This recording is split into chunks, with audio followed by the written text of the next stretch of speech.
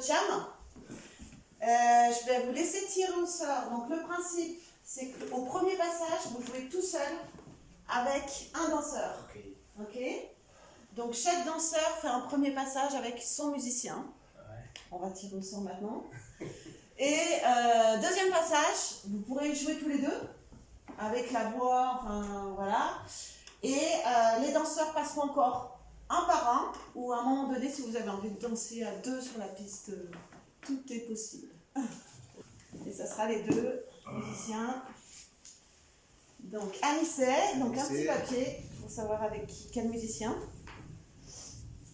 Gagno. Voilà, Anissé avec Gagno. Et du coup, Kamel avec Annie. Voilà. Du coup, quand vous voulez, c'est parti.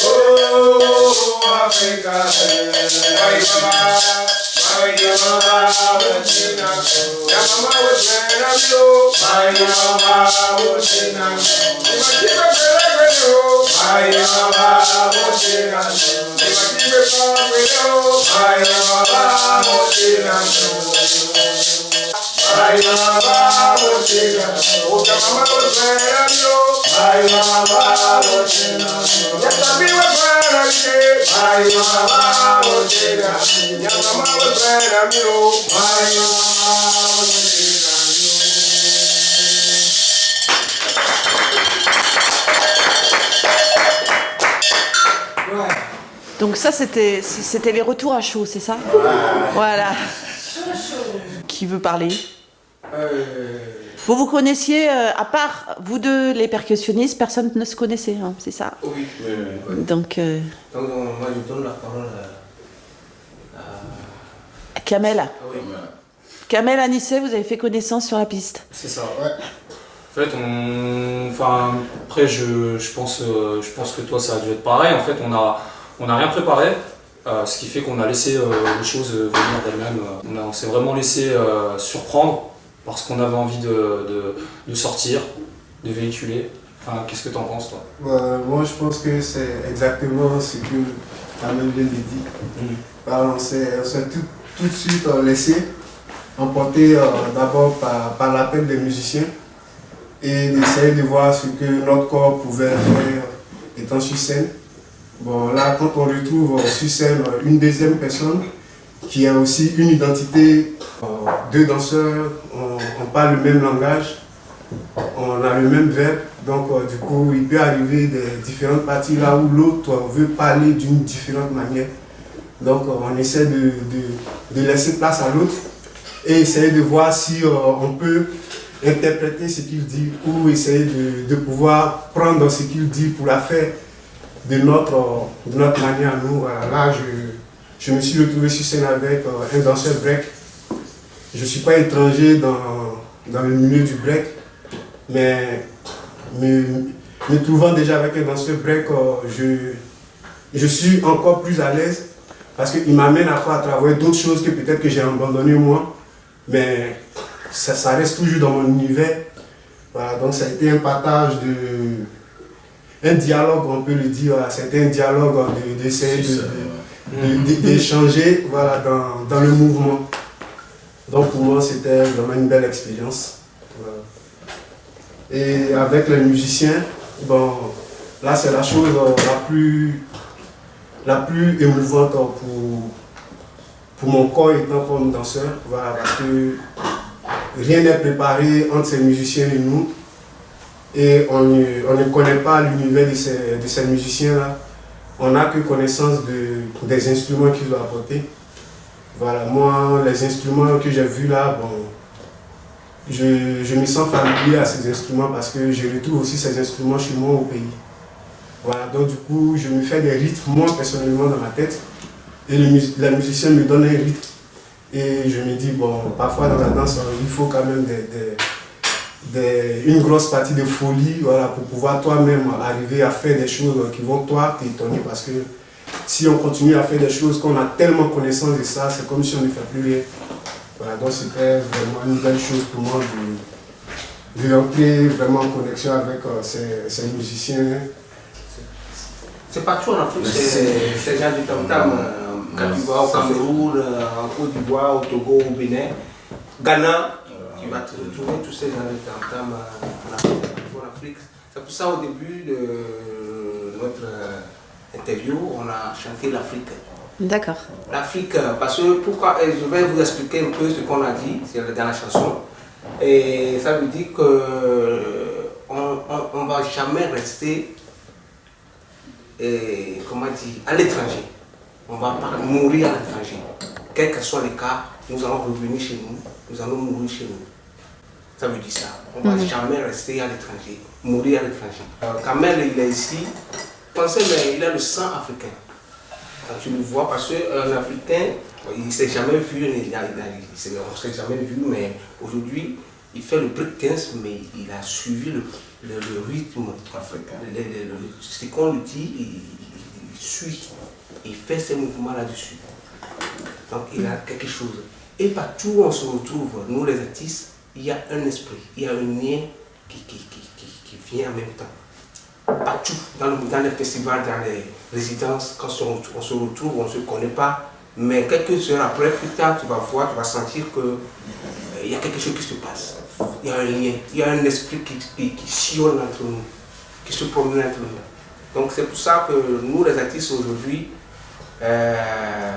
notre boulot est difficile, vraiment difficile, mais on s'accroche et on gagne toujours.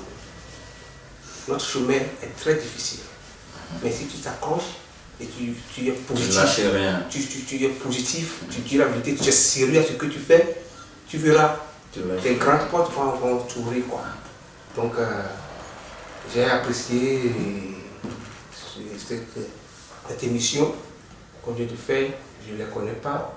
C'est Anissé, on s'est vu juste dans un spectacle, on s'est salué, c'est tout. Je ne l'ai jamais vu danser. Et Kamel aussi. Mais ce soir, ça a pris feu, quoi. Merci. C'est le gars. Donc l'émission est... C'est vrai que c'est un peu l'objectif de cette émission, c'est de faire rencontrer des artistes et créer cette émulation justement en direct dans le cadre d'une jam. Est-ce que vous pouvez nous expliquer votre parcours, ce que vous avez fait jusqu'à maintenant, votre formation ? Moi, en fait, j'ai commencé le break dans les années 2004-2005.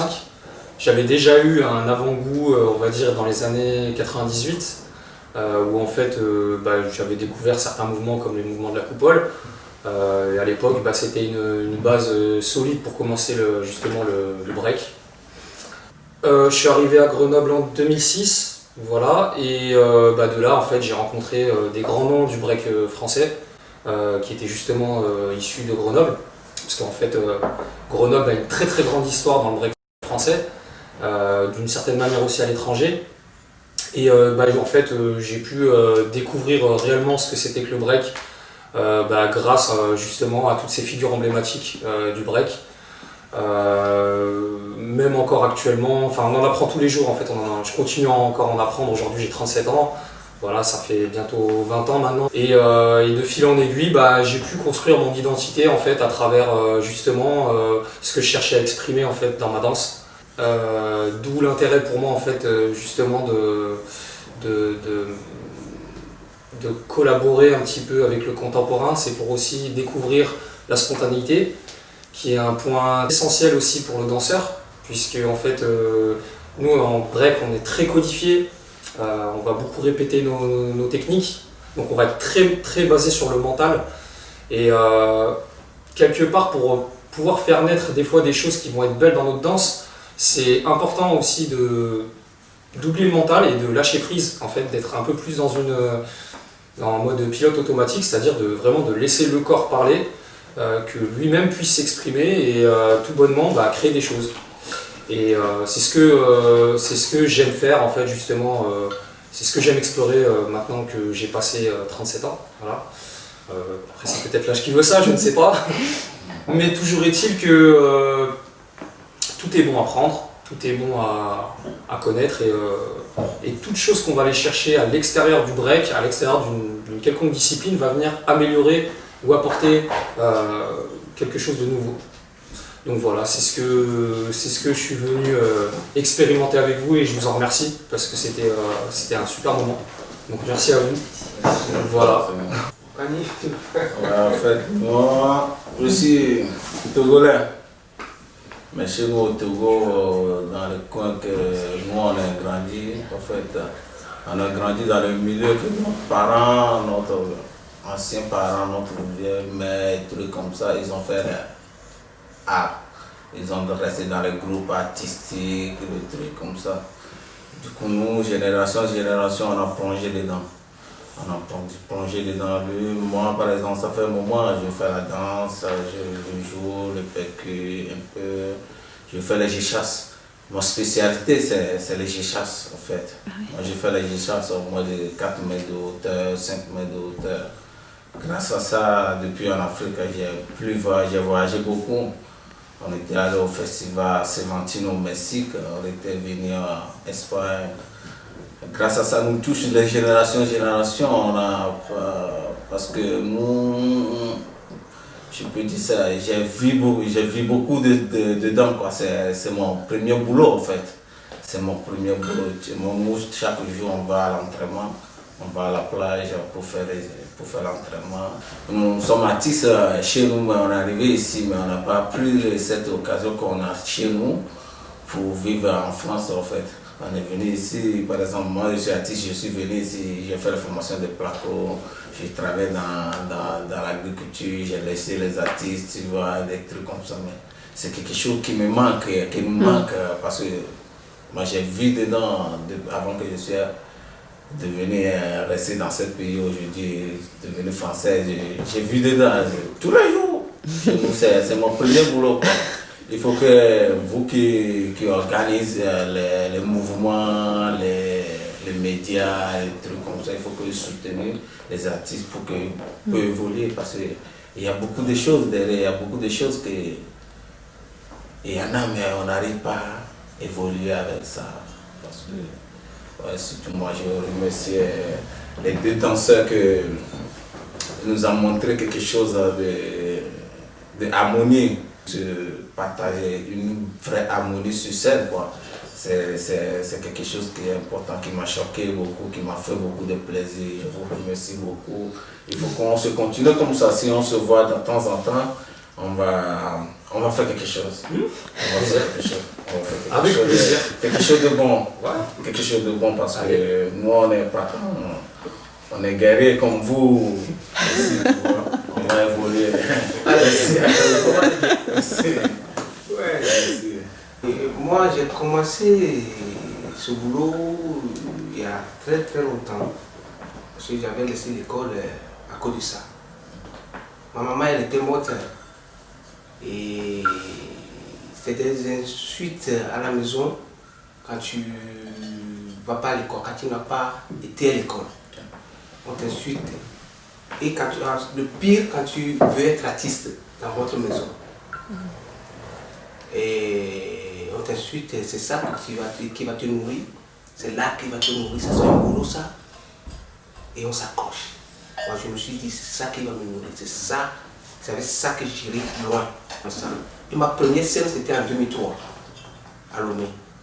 Et c'est à ce moment-là que je me suis dit que c'est de partout où je vais passer, je vais parler de ce moment-là. Et c'est dans un festival aussi, et ça s'est bien passé. C'était là où tout le monde m'a connu en tant que danseur. J'étais danseur, j'ai débuté avec la danse. Dans notre maison, ma famille c'est Aïga. Et dans notre maison, il y a beaucoup d'artistes. Et il y a beaucoup d'artistes, mais ils ne sont pas sérieux. Et il y en a quelques-uns qui ont évolué dans ça. Il y a mon oncle à Grenoble actuellement, qui s'appelle Kika Aïga. Lui, c'est son boulot depuis son enfance.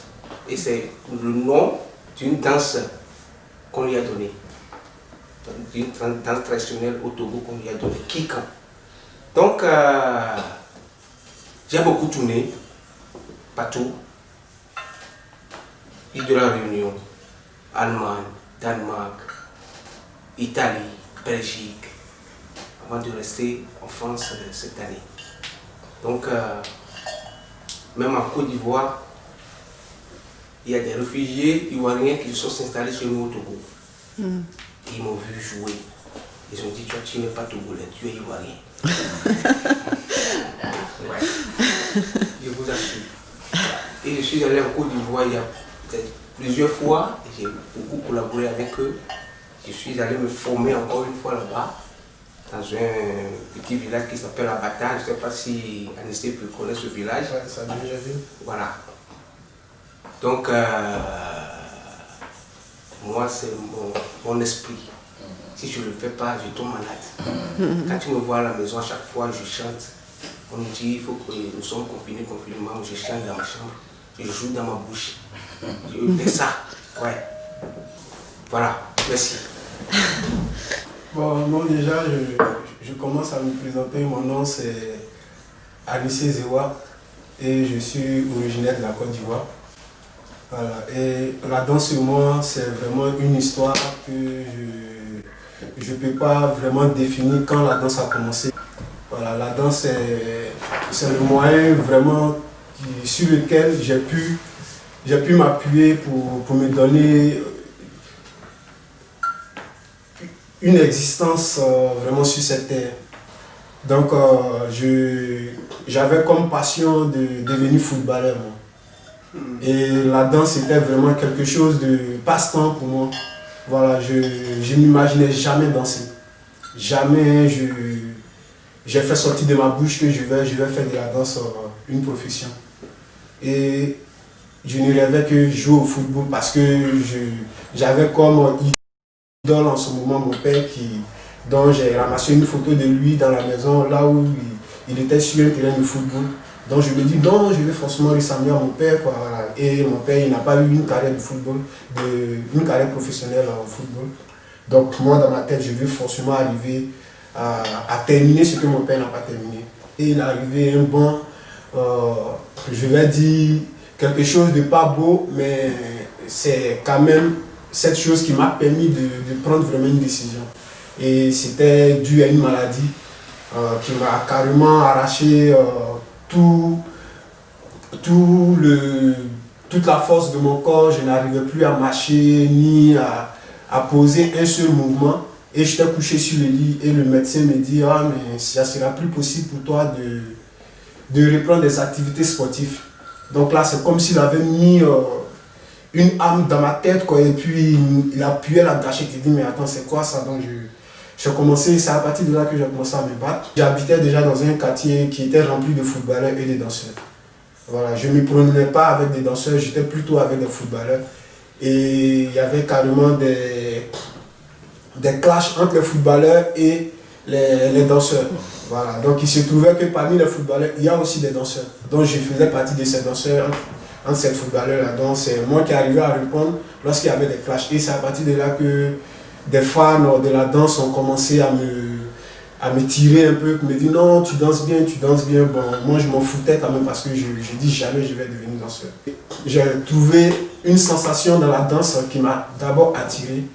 Voilà, qui est le plaisir d'abord que ça donne au corps. Parce qu'à chaque moment que je dansais, j'étais vraiment dans un univers où j'étais le roi à moi, je me dis, je suis Dieu dans ce monde-là parce que je fais ce que je veux et mes mouvements me donnent tellement une joie Et là, je me dis, mais attends, mais tu continues ça, tu vas devenir danseur toi-même.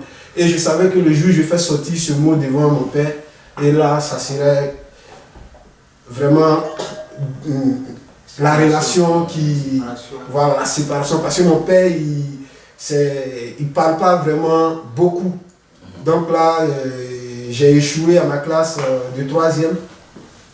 Et là, je dis à mon père, bon, moi je vais arrêter les études, je vais danser. Et mon père m'a dit, waouh, tu arrêtes les études pour être danseur. Tu as déjà vu un danseur réalisé dans ce pays. Bon, déjà, j'ai donné raison à mon père parce que je ne connaissais pas vraiment de danseurs qui menaient une vie stable au pays. Mais en même temps, cette passion-là vraiment a dépassé la passion du football. Et je me disais, mais je ne danse pas pour réaliser une grosse maison ou une chose, mais ça me fait vivre aujourd'hui parce que j'étais carrément prisonnier dans un corps où je me disais que je ne pouvais plus rien faire. Et parlant des formations que j'ai reçues, c'est vraiment lorsque j'ai pris la décision de dire que je vais faire de la danse ma profession, une formation qui était d'abord de chez nous en Côte d'Ivoire. C'est un concours qui est organisé par la télévision nationale où il y a des différents groupes des différentes régions qui viennent se croiser. Voilà. Et ce concours-là m'a permis de vraiment avoir une bonne formation parce que c'est un concours qui est rempli de tout.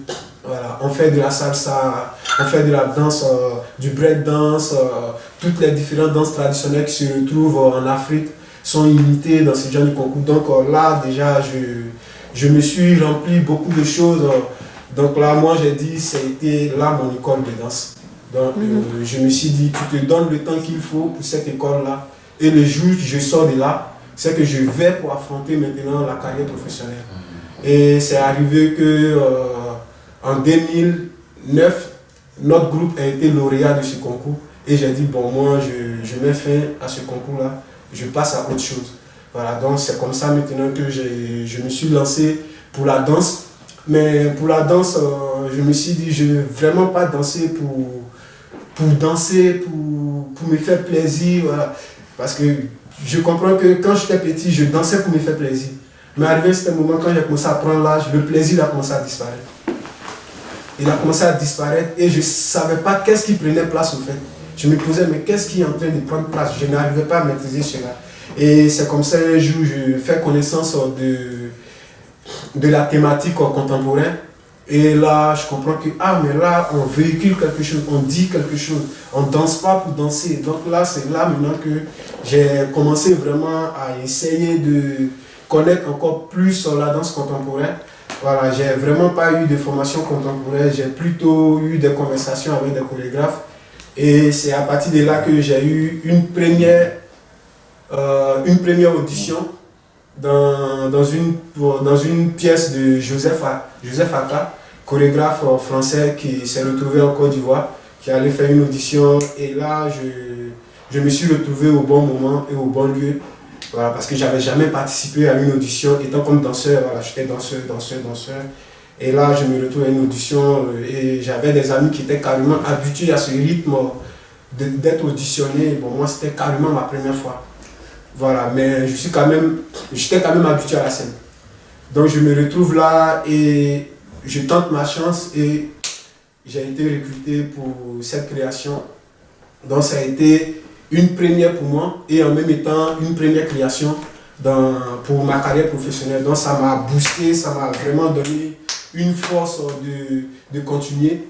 Voilà, et donc là, j'ai eu une création avec Joseph Aka.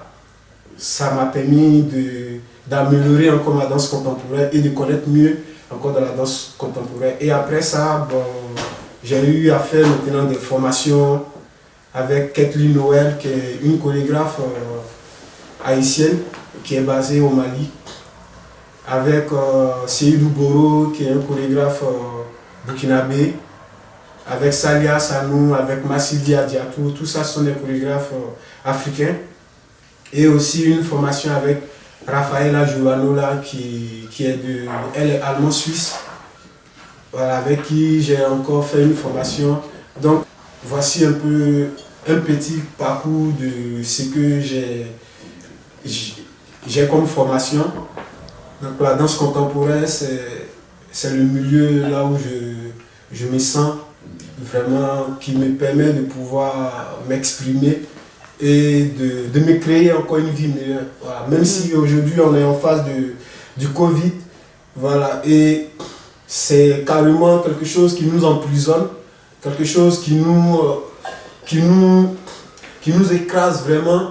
On va au-delà de cette compréhension parce que bien vrai que c'est nous qui prenons aujourd'hui le plus gros coup de ça, mais on accepte quand même de payer ce prix-là parce qu'on participe aussi à ce combat de pouvoir lutter contre cette pandémie.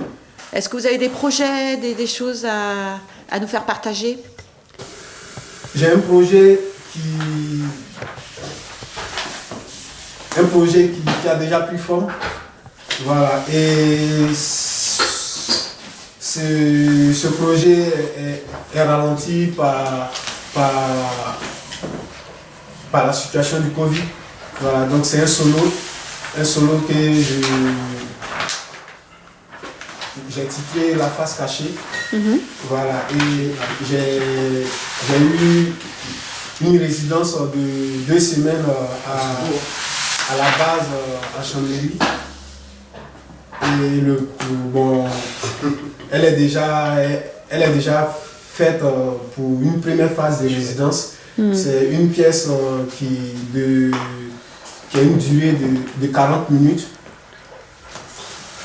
Et si jamais les conditions du Covid sont levées, voilà, je dois aussi répondre à un festival à Castelnaudary. Et j'ai aussi un projet avec Break Theater, un projet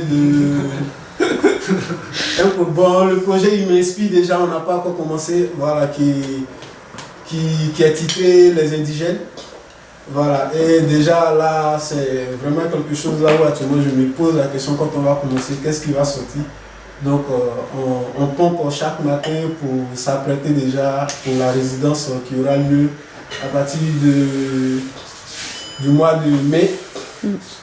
Voilà, on a une semaine, 5 jours, puis une résidence. Donc déjà là, c'est des choses qui se préparent déjà longtemps. En février, je dois aller au Togo pour un stage de percussion. Mais à cause du Covid, j'ai annulé. Ouais. Et tout est tombé à l'eau. Et en plus, il y a un groupe de chasse au Togo qui doit venir faire une tournée. Ici en Europe, ça aussi, le Covid est plus haut. Et en même temps, il y a un chanteur au Togo qui doit venir faire une tournée aussi, qui m'a fait signe que je dois l'accompagner. Mais le Covid a fait que tout est tombé à l'eau. D'accord. Donc, cette année, j'espère que, bon, je ne sais pas, je ne sais pas. Ouais. Voilà. Covid, Donc Marilyn, on va te donner la parole. Tu vas nous montrer du coup Vas-y, on te laisse la parole. Qui a beaucoup travaillé pendant. Là, ce que j'ai fait aujourd'hui, j'ai essayé de regarder, j'ai regardé ce que faisaient les danseurs et j'ai essayé d'attraper des instantanés. Parce qu'ils vont très très vite, c'est un exercice que je fais de temps en temps, mais avec un modèle qui se déploie tout doucement. Donc j'ai certaines bases d'appui ou de choses qui ne bougent pas, mais là tout va super vite. Alors la prochaine fois, je vais repréciser la même chose, mais lentement. C'est un exercice ça. Et du coup, voilà, là c'est juste d'une tentative d'instantané attrapé sur leur mouvement, quoi. Donc j'essaie d'être très rapide et dans mon outil, dans mon geste et dans mon regard, quoi. Et donc tu es peintre. Oui, moi, et tu es basée sur Grenoble. Oui, j'habite à Grenoble, j'ai une formation de plasticienne, j'ai été formée aux arts déco, aux arts appliqués. Et après j'ai fait de la scénographie.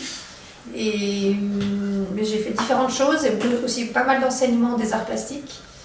Et voilà, je fais aussi, je suis pas que plasticienne parce que moi j'aime beaucoup le mélange des disciplines, l'interdisciplinarité. Donc je me suis aussi formée en musique, donc je suis au Conservatoire de Grenoble en contrebasse, mais c'est une chose très classique, j'apprends la contrebasse classique. Mais comme par ailleurs j'ai aussi une pratique amateur de danseuse, de contact improvisation, tout l'aspect improvisation, j'ai fait aussi du chant improvisé, donc l'improvisation m'intéresse beaucoup. Du coup j'essaie de travailler cette partie-là avec mon instrument, avec la contrebasse. Voilà. Et puis ça m'a amené du coup aussi à proposer des choses un peu plus performatives dans mon travail plastique. Donc en fait tout s'est lié formidablement.